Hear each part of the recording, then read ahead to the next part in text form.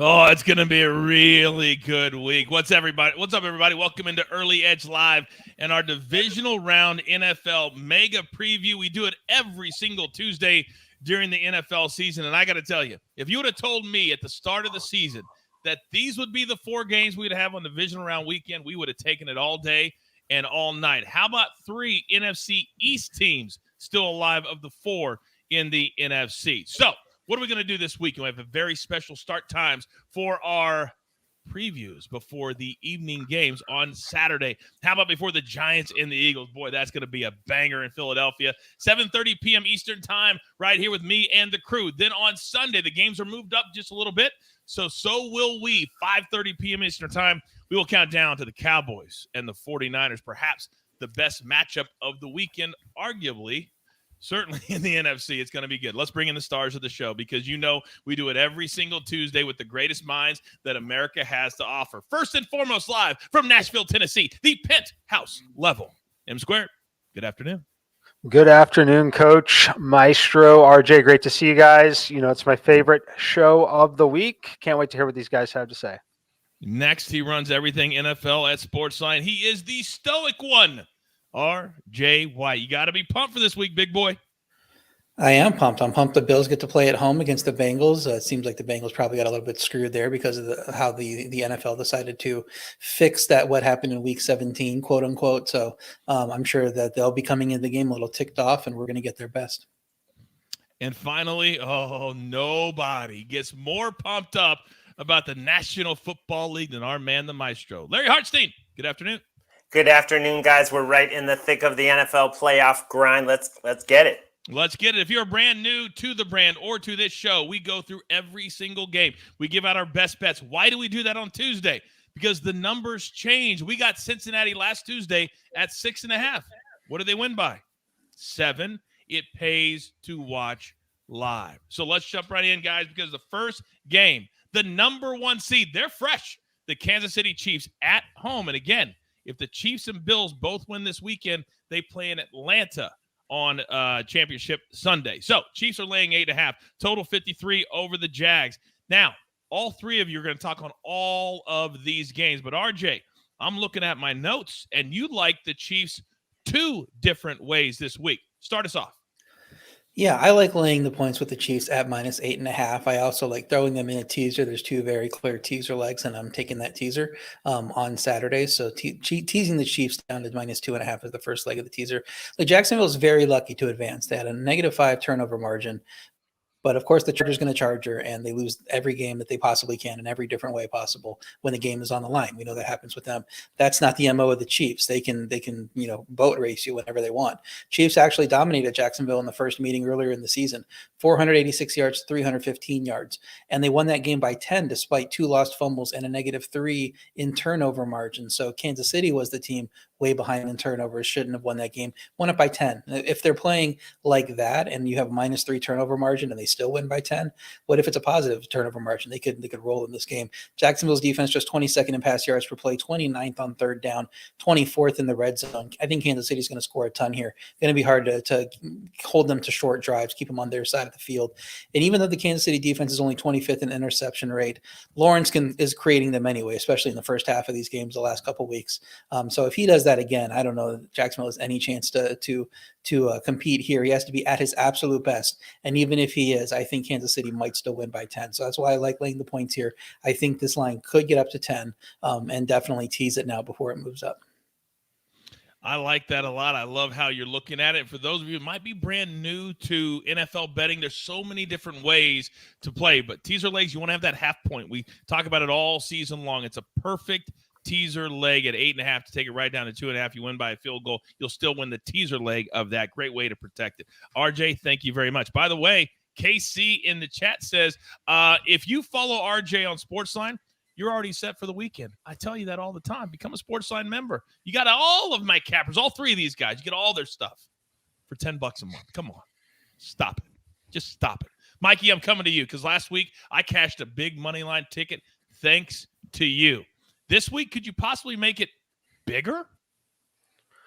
Yes, we can definitely make the money line parlay bigger this week. Do you want me to give the entire parlay now, or just tell you that the Chiefs are in it? You let me know on that, Coach. But I'll talk about the Chiefs. Just go with one. Just go with your, and we'll go through each game, and just go with the Chiefs now. Perfect. Yeah, I like the Chiefs in this game. I like them against the spread as well. I'm going to play them on RJ's teaser. I think that's going to be an incredibly great teaser leg, one of the best of the season, in my opinion. The computer number on this game is 11 for Kansas City over Jacksonville. Love that Kansas City's fresh. Love the home field advantage. I think we all can agree Jacksonville's incredibly fortunate to be here. Trevor Lawrence, not super sharp. Just a big mismatch once again here. I think Kansas City absolutely rolls in this game. So much so, I've already purchased my airline tickets to Atlanta, where I personally think the AFC Championship game will be held. But we will see how that goes. But yeah, I think the Chiefs absolutely roll here. Massive mismatch. One of the biggest. I would say, honestly, it's a bigger mismatch than the Bills-Dolphins. Wow. We know crazy as that sounds. Crazy. You're such a savage for buying the tickets before the games even start. I wish I had the guts to do that. My flight's a little bit longer than yours, but damn it, I actually thought about it. Damn it. I don't have the guts like Mikey does. Now, Maestro, let me come to you, because when you, and I know it's the playoffs and not a bye week, but when the Chiefs are coming off a week off, they always have something in the can, something in their back pocket. Andy Reid designs new plays. I think this is an awful spot, like the guys have said, for the Jags. What do you think? I think more than the game plan, it's the health. I mean, guys like Frank Clark, L'Jarius Sneed, Joe Thuney, other guys that were banged up and even out the last week of the season, everyone is practicing. The only guy, McCole Hardman, is the only guy not available for the Chiefs. They are incredibly healthy. I mean, Sky Moore coming back. We saw Kadarius Toney make an impact, so they're incredibly healthy. The thing about the buying the extra time is I don't know if Doug Peterson and his familiarity might offset that a little bit, but I want to harp on something RJ said with the +3 turnover margin the Jags had, totally outgained 170 yards. They also had an onside kick. They recovered an onside kick, a surprise onside kick, and they couldn't do anything with it. So many things went the Jags' way. They still lost by 10. I'm surprised to see this number below the 10. Great season for Jacksonville. Great comeback win. The future is incredibly bright. This is a terrible spot. Terrible spot. RJ, let me come back to you, because when we talk about players in this game that could have really big games, the Chiefs have been a team that we haven't been able, other than Travis Kelce, to be able to back players, because he throws to like 10 guys a game. What do you think from a player perspective we should be watching this week? I mean, Jared McKinnon, anytime touchdown, he's catching touchdowns every single week. It seems like setting records from the running back position, catching touchdowns every week. So I think get him involved in the passing game is smart. I think Pacheco has a great game because they're going to be up in the second half. Hand it to him and let him kind of take the ball from there and get you the win. So I'd be looking to his overs and McKinnon to score a touchdown, and then we know Kelsey's going to get his. Yeah, I bet Kelce, Mikey's going to be probably 6.5 like he normally is, and somewhere around 70 to 80 yards. But when you look at your model, I know it's early in the week, but props come out a lot earlier during the playoffs than they do during the regular season. What do you think? Yeah, no, I think it's a good spot for Travis Kelce. The guy that I still want to speculate more on, and I think you're dead on the numbers. I think it'll be 6.5. I'm going to pull up the yardage on it as we talk. But the guy I want to speculate most on is Kadarius Toney. This sets up as a pretty good individual matchup for him. They started mixing him in a little bit more even in that final game. I think he's still getting up to speed in terms of learning the playbook. I think the additional week off here is going to be awesome for him in general. He's someone who's just, you can see it anytime he touches the football, how electric he is. He's someone I would expect them to at least have packages designed for the rest of the way this season for him. So I'm looking to speculate on Toney's anytime touchdown, his yardage, all the above on Kadarius Toney. And no doubt we will talk about that on our special pregame show on Saturday. Maestro, let me come to you, because on the Jacksonville side, we've looked at Travis Etienne and cashed his number, but this might be a good spot to fade him, because the game script, we believe, will be Chiefs out in front for the entire game. Probably, but the thing about him last week was they were way behind and they still stuck with it. And that was, it really paid off because he's so explosive. He can take it the distance. He's just like a short pass, but I think getting him the ball out of the backfield will also be key. Yes, we expect them to be behind. I just think that this is just a much tougher matchup for them defensively, because they're not good against the pass. And Patrick Mahomes, he's got so many weapons, and McKinnon has become invaluable. So I'm saying something like 34-20. I love that thought process a lot. By the way, and I know we don't talk about motivation a lot, but Patrick Mahomes just got 49 out of 50 first-team All-Pro votes, and which usually translates to whoever that is gets the MVP. He's going to want to show the world that he is the MVP. I think he's going to have a great game, and I think they win by more than 10. Collectively, I think we all agree on that. All right, so that is the 4:30 p.m. Eastern game on Saturday. We'll have an extended show in the morning for that game. Now, we will have a pregame show for this game, and I cannot believe that the number is where it is. And maybe I'm the idiot, so you guys got to tell me if I am. Giants looked fantastic in Minnesota. Daniel Jones played his butt off, cashed his rushing total, went over his throwing total. He was amazing. The Eagles, breaking news earlier today, Jalen Hurts has been cleared. He is a full go for Saturday night. So it's 7 and the hook, total at 48. RJ, let's start with you because this is the other half of your teaser leg. Yeah, I'm interested to see which way you're surprised. Do you think it should be 4.5? Do you think it should be 10.5? What do you think? I can't believe it's over a touchdown, to be honest. Yeah, Philly rolled in the first meeting behind the run game and pressure on Daniel Jones, who had 7 sacks. So if you're getting that type of game plan and Hurts not being limited as a runner, if he is full health, maybe the Eagles go out and score 40 again.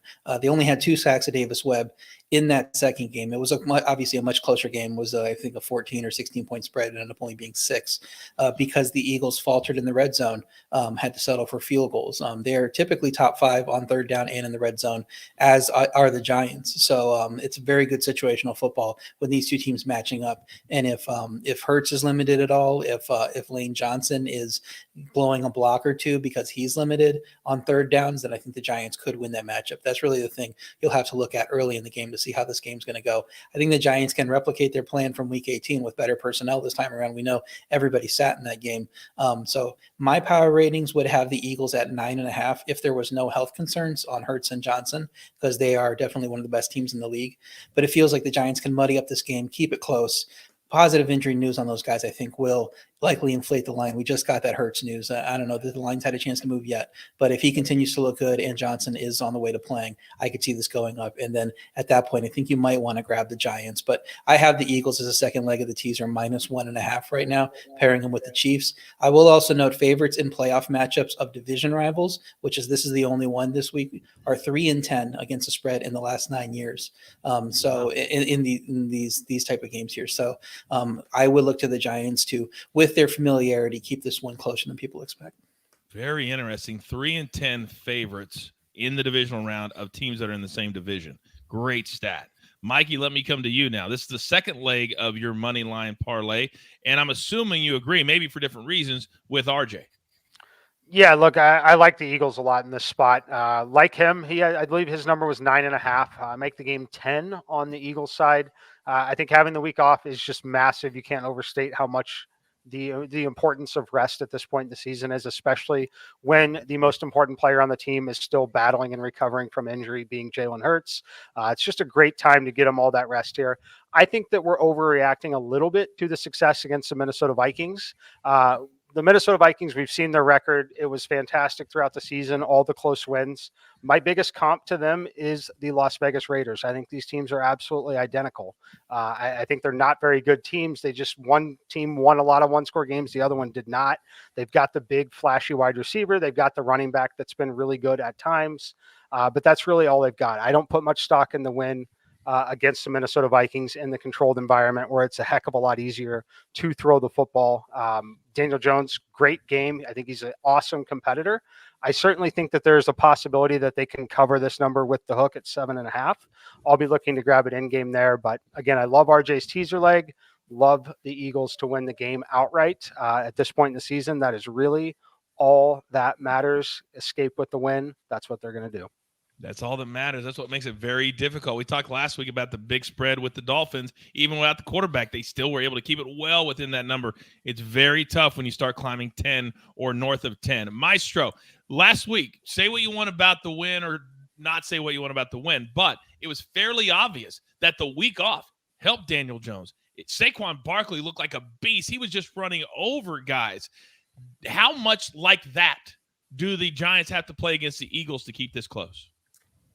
They would love to play like that, but you only get to play the Vikings one time, in the playoffs. That's the thing. You could go to the Super Bowl if you get to play that defense. They could score on every single drive against the Vikings. They had, I believe, 10 plays of 10-plus yards. They had 2 plays of 10-plus yards, I think, on every single drive. You don't get that.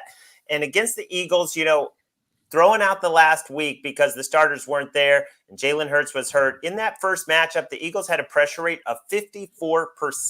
The Giants gave up 43% during the regular season. The Eagles were number 2 in pressure rate. That's a matchup that could get ugly for the Giants. I love Brian Daboll. I love the Giants. I want to take the points with everything in my heart. But if Jalen Hurts is healthy and Lane Johnson, who they're 10-22 when he's not on the field, but he's limited so far, expectation is he will play. I agree with RJ. I think this line is going up. See, that's the thing that I worry a little bit. Jalen Hurts has missed all of the money games. Although those 3 games he did not play. When a quarterback doesn't play for a full month, RJ, there could be rust there that could last an extended, 2, 3, maybe even 4 series. That could affect the game. Yeah, he did get into the game that last game on the Giants. It was the Giants that sat players, but he was not the same. He didn't run the ball very well. He had 9 carries for 19 yards in that first game. I think he had 70-something rush yards, and that's really what unlocks the offense there for Philadelphia is the rushing threat of him being able to run the ball, and you have to cover so much in the running game plus those great receivers. So if he's not effective as a runner, then that really kind of limits what the offense can do, and that's the reason why they only won that game by 6 instead of 16. So that's kind of the key. Watch the first quarter, see how he is, see if he's able to do his normal things as a runner. The expectation is that he will because he's not even on the practice report right now. And if he is his same old Jalen Hurts that was in line to win the MVP before his injury, then Philly could have a big game offensively. Let's talk players for a second, Mikey, because we will have the prop shop on Thursday, and all of the props should be out by then with Prop Stars and Sia. But on the Eagles side, we know they have A.J. Brown. We know they have Devontae Smith. Who are the guys you're going to be looking at this week? Yeah, it's going to be a little bit of A.J. Brown, but I'm going to look to Dallas Goedert quite a bit in this particular matchup. The Vikings, obviously, it's not an equal comparison with T.J. Hawkinson, but I do think the Giants are going to be a little vulnerable to that position, especially when you do have to cover the threat of Jalen Hurts running the football and having Devontae Smith playing well alongside A.J. Brown. So I'm going to be focused. If I bet any player props, it'll likely be Dallas Goedert props on both receptions, yardage, and potentially an anytime touchdown. And Maestro in the chat, they're talking about looking at Saquon Barkley's longest rush. Perhaps it's not out yet, but I would assume it's going to be somewhere between 16 and 20. We know he had a 22-yard touchdown run. And Daniel Jones, his rushing numbers, he's been sailing over as well. Those are 2 guys that I'm looking at. Your thoughts? Yeah, it was interesting that Saquon, who only had 24 rushing yards, 24 or 28 in the big loss they had to the Eagles, and then he didn't play in Week 18. So they completely shut him down, and the Giants couldn't keep going to the run because they were so far behind. But it was interesting. He only had 9 carries in the playoff game. And maybe it's because Daniel Jones saw something. They saw something where they just kept running Daniel Jones.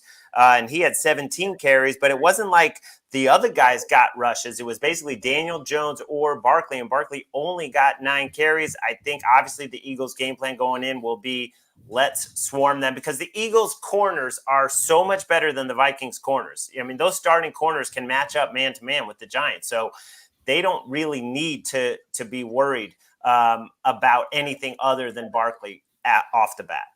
See, I hear what you're saying, Maestro, but the Eagles gave up a lot of points at the end of the season. They just did.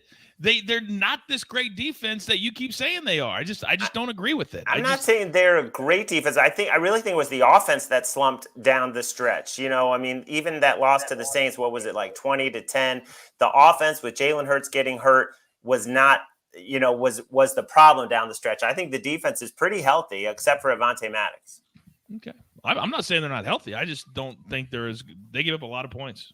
But we'll see what happens. We'll discuss it. That's why we do these shows. Exactly. All right, so those are the 2 Saturday games. Now on Sunday, boy, it doesn't get any better than this. 3 p.m. Eastern time, the Bills are laying 5, total 48. Again, this game is in Buffalo. If Buffalo wins, Then the AFC Championship would be in Atlanta if the Chiefs win. If the Bengals win, they would have to travel to Arrowhead. Am I right with that? They would have to travel to Arrowhead, correct? Correct.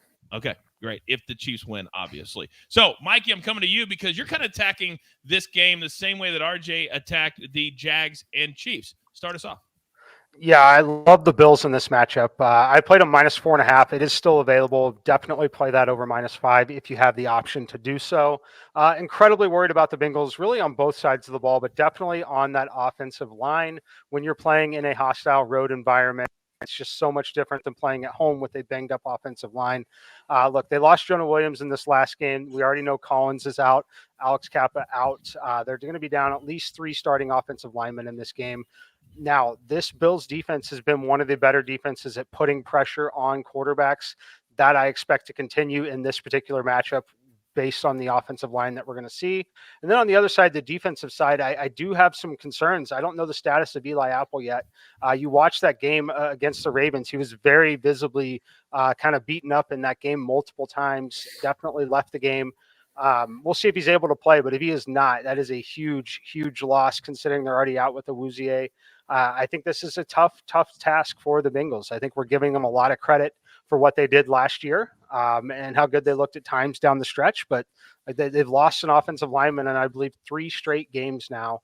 And I think that this is a really, really difficult spot for them. Obviously, huge emotional spot for the Bills. It's going to continue to be. We'll see if DeMar is able to make it to the stadium or not, but it's going to be a huge emotional spot here for the Bills. The NFL wants this game to be a neutral site game in the AFC title game. Just all the things setting up on the Bills. So I'm playing them -4.5. I make the picks, and I am playing them on the money line.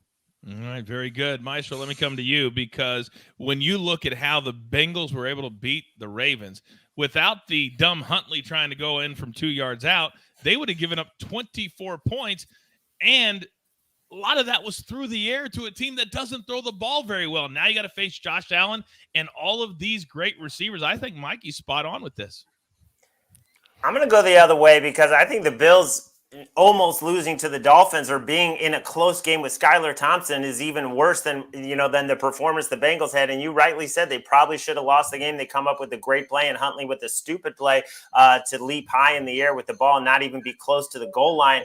I want to point out that the Bengals offensive line last year might have been worse than even this depleted offensive line. And the backup who stepped in, Jackson Carman, he is a left tackle. He didn't play great, but he actually graded out, according to PFF, take it for what you will, about as well as Jonah Williams has been playing for the course of the season. And now we'll have a whole week to get ready for. It will be a crazy atmosphere, but no Von Miller. And I just go back to the Bengals in the underdog role is when you want to back them. They're getting over a field goal, getting over 4, which is a key number. And against Josh Allen, who just seems to make these key mistakes. I mean, they're so explosive. They have matchup advantages all over the field, as Mikey pointed out, with Eli Apple, even when he's in there, is very burnable.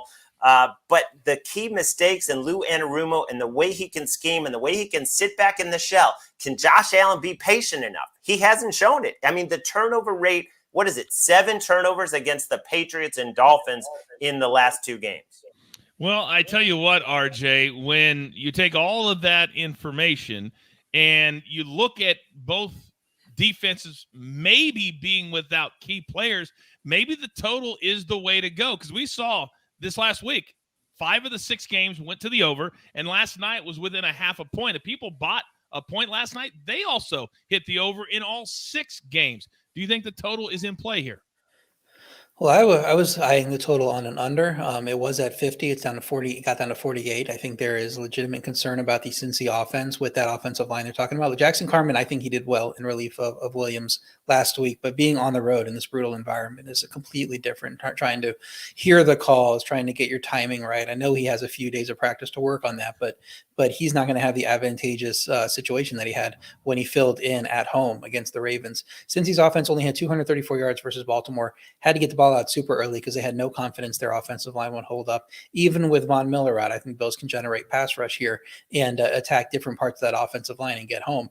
Cincy, a half yard from being down 7 in the fourth quarter last week, had 4.3 yards per play to 5.5 yards per play for a Baltimore offense that isn't that impressive, especially throwing the ball, but they couldn't get stops against them. Now you go to the Buffalo team, who you say, oh, they could barely beat Skylar Thompson. I mean, that Miami defensive touchdown made the score respectable. Miami won the yards per play battle 5.9 to 3.3. They absolutely dominated on a per play basis, and just the situations in that game and committing bad turnovers, which has been their MO lately, is really what made that game close. So will they commit those bad turnovers? I can't say whether they will or not. I mean, they've had 3 turnovers in 3 straight. It feels like that's the one thing they need to do to stay ahead in this game is protect the ball. But they do have the personnel, I think, to limit the Cincy passing attack, keep things in front of them like Baltimore was doing with Chase.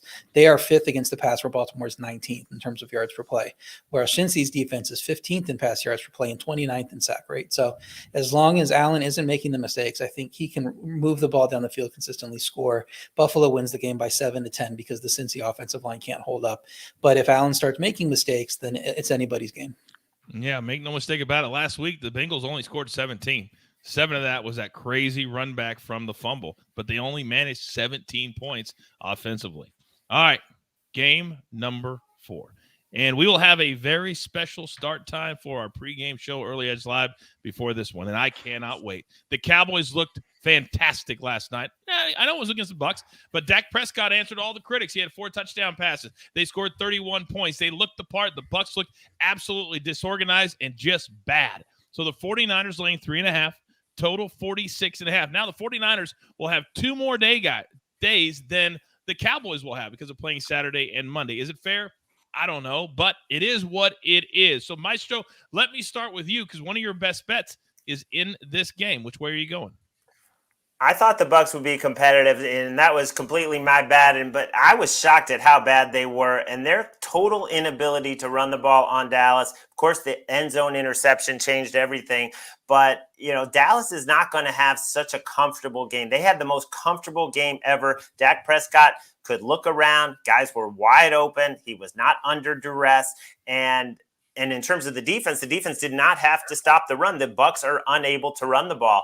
Now you get a 49ers team that will run the ball. The Cowboys are mediocre, right middle of the pack in terms of stopping the run. That's actually the better way to attack them. And I just think the Cowboys are going to be playing from behind on the road against the best defense in football, a team that's won 11 straight, a team that in terms of EPA per play, since week 8 has been the best offense and the best defense in football. I know Brock Purdy's a rookie, but I just think the run for the Cowboys ends here. It was a great performance, not taking anything away. They dominated a team that seemed fortunate to be there.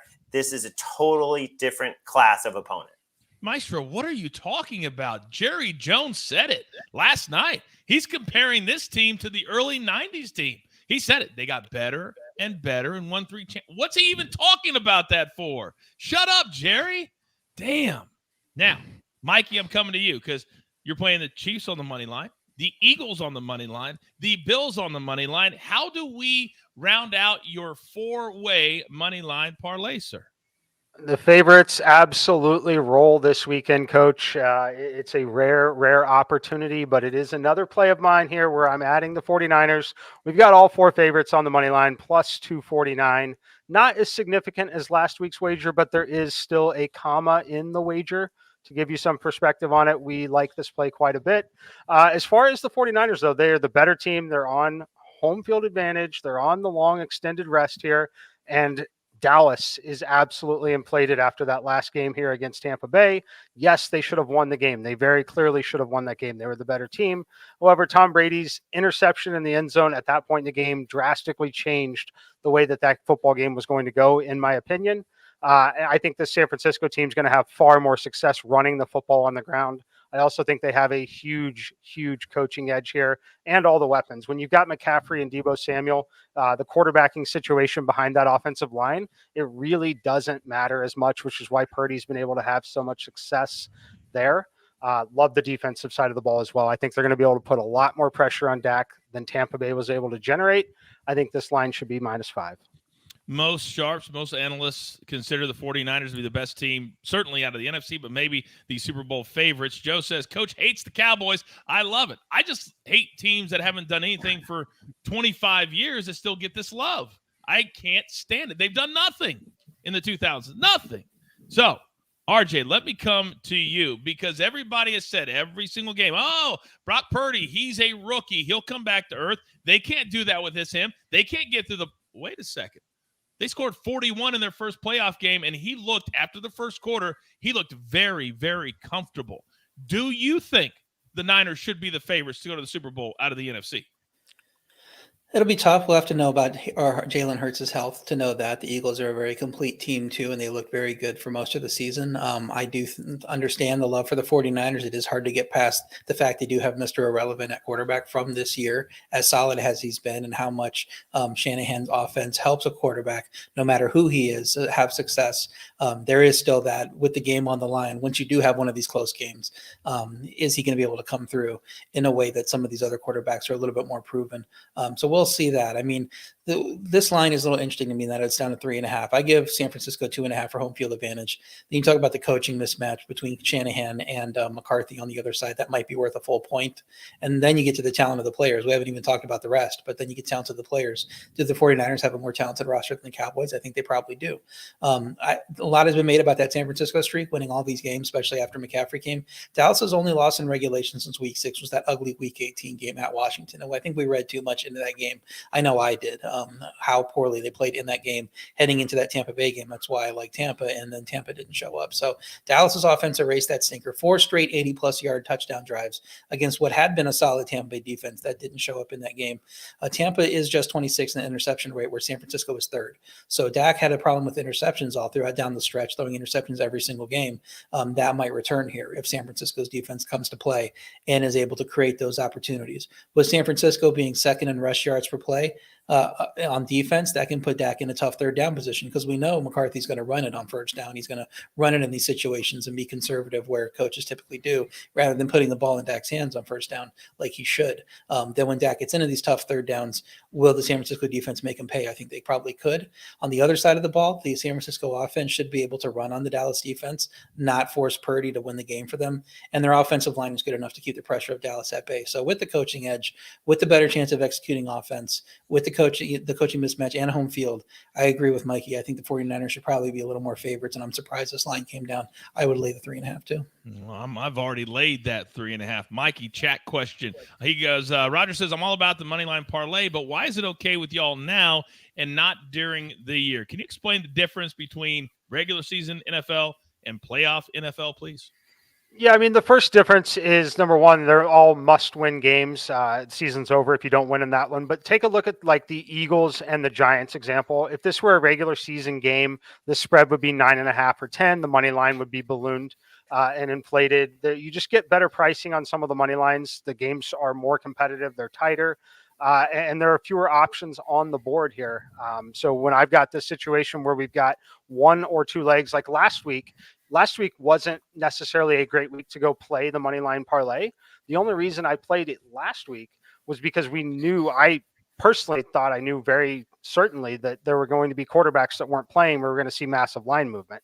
My minus 102 closed on aggregate at minus 180 across the sports book. So when you can accurately project things like that, that makes these playing these a lot more profitable. So yeah, hopefully that makes sense. Yeah, and the Dolphins-Bills game is exactly what he's talking about. It went from 8 to 13.5 the minute Skylar Thompson was announced. Yes, Maestro. Well, great point by somebody in the chat that it's the Cowboys' 4th straight road game, but I also want to point out Kyle Shanahan, and we know what he did as the Falcons offensive coordinator and blowing that Super Bowl. But as a head coach, he's 6-1 against the spread, and the only loss was to the Chiefs in the Super Bowl when they had that big lead in the 4th quarter and the Chiefs scored 21 points. Otherwise, he's covered every single playoff game. It's amazing. It's amazing. I've told you guys, one of my best friends says he's by far the best coach in the NFL, especially play calling in pressure situations. But RJ, if the Cowboys are good. Yes, Maestro. But how come he didn't run the ball and kick the field goal to go up 10 on the Patriots? Why are you dropping Matt Ryan back? Why? He didn't know where they were on the field. I'm still not over that. He thought they were on the 38 and they were on the 28. Clearly. Let it go. I'll let it go. RJ, if the Cowboys are going to win this week, then they need their stars to step up. And what we saw last night was the Bucs were content to bracket CeeDee Lamb and leave Dalton Schultz and other guys open. Who are going to be the guys that have to step up this week if Dallas is going to be successful?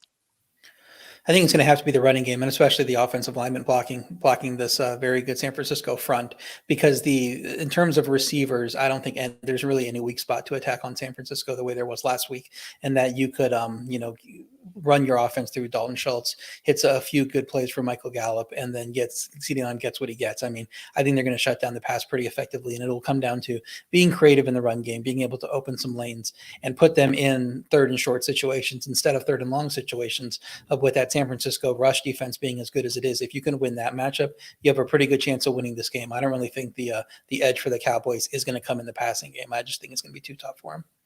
All right. Well, those are the 4 games this weekend. And I got to tell you, if they are even close to as good as last weekend, it's going to be a phenomenal weekend of football. It's that time of the show. Our recap presented by Caesars Sportsbook and Casino. Gentlemen, let's go through our best bets and everything we've given out on the show. Mike, if you don't mind, start us off, please. I'm going to start with the Buffalo Bills. Love them -4.5 here. I think Cincinnati is absolutely in trouble with the beat-up offensive line and the secondary, not a good combination. And then I think the favorites absolutely roll in this game. There's a ton of clear home field advantages. Give me the Chiefs, Eagles, Bills, 49ers, moneyline parlay +249. Love it. Maestro, talk to me. I'm going to roll with the 49ers to stay hot against a Dallas team that looked amazing, but you have to remember who they were playing, the Tampa Bay Bucs, who couldn't run the ball at all. Now you're going up against the most sophisticated, most effective rushing offense in all of football with Christian McCaffrey and Kyle Shanahan. I'll lay the 3.5. RJ, bring us home. I like the Chiefs to cover -8.5 against the Jaguars. The Chiefs beat them by 10 while losing the turnover margin 3-0 in their earlier game. And if they don't lose the turnover margin 3-0 in this game, it could be by even more points. I also like teasing the Chiefs and the Eagles, getting them both under 3, getting them to teaser alley. So you're getting that great number. I believe both those teams will win by at least 3 points. And that is our show recap presented by Caesars Sportsbook and Casino. Now, we like to end every one of our shows asking our guys what's the number one most important things in their minds that they're looking forward to on such an important, hard weekend to figure out when it comes to betting in the NFL. Mikey, what is it for you? It's the Cincinnati Bengals and their offensive line. If they can hold up and somehow beat the Bills here, if they beat the Bills here, I think they're live to win the Super Bowl. So I want to see how that offensive line handles that overall road environment with the Bills. RJ, what about you? I'm obviously looking most at the Bills-Bengals, being a Bills fan, but I think the key thing here is Jalen Hurts' health and how the Eagles offense looks with Jalen Hurts and Lane Johnson back in the fold there, because if they play effectively and play like they were early in the season, they should be the Super Bowl favorites over the 49ers. If Jalen Hurts does not look like his MVP self, then the 49ers are probably going to the Super Bowl. Maestro, talk to me. Yeah, it's going to be Lane Johnson and Jalen Hurts and just following their progress this week, because that's the game I'm struggling with the most. The Giants are so appealing, and Brian Daboll and what they're building, but is it going to come crashing back to reality if those guys are healthy? All right, a lot to look forward to. There are still 4 days between now and the games on Saturday, but a quick reminder, we will be there for you over the weekend. We'll have an extended morning show on Saturday to take you through the Jags and the Chiefs. Then at 7:30 p.m. Eastern time later in the day, we will count down on Early Edge Live to the Giants and the Eagles, that at 7:30 p.m. Eastern time. Then on Sunday, an extended morning show for the Bengals and the Bills. And then, of course, a special start time for Early Edge Live, 5:30 p.m. Eastern time, counting down to the Cowboys and the 49ers live from the West Coast. Man, it's been an incredible season so far, but we still have a few more weeks to go. With that being said, there's only one thing left to do, and I believe you all know what that is. You've got your marching orders. Let's take all of these tickets straight to the pay window for my entire crew all season. Love them all. M Squared, the Stoic One, the Maestro, and of course Snake on the ones and the twos. I am the coach. We're here every single week to get you set for the most popular sport in America. We love it. We grind for you so we can win with you at the Early Edge. Good luck.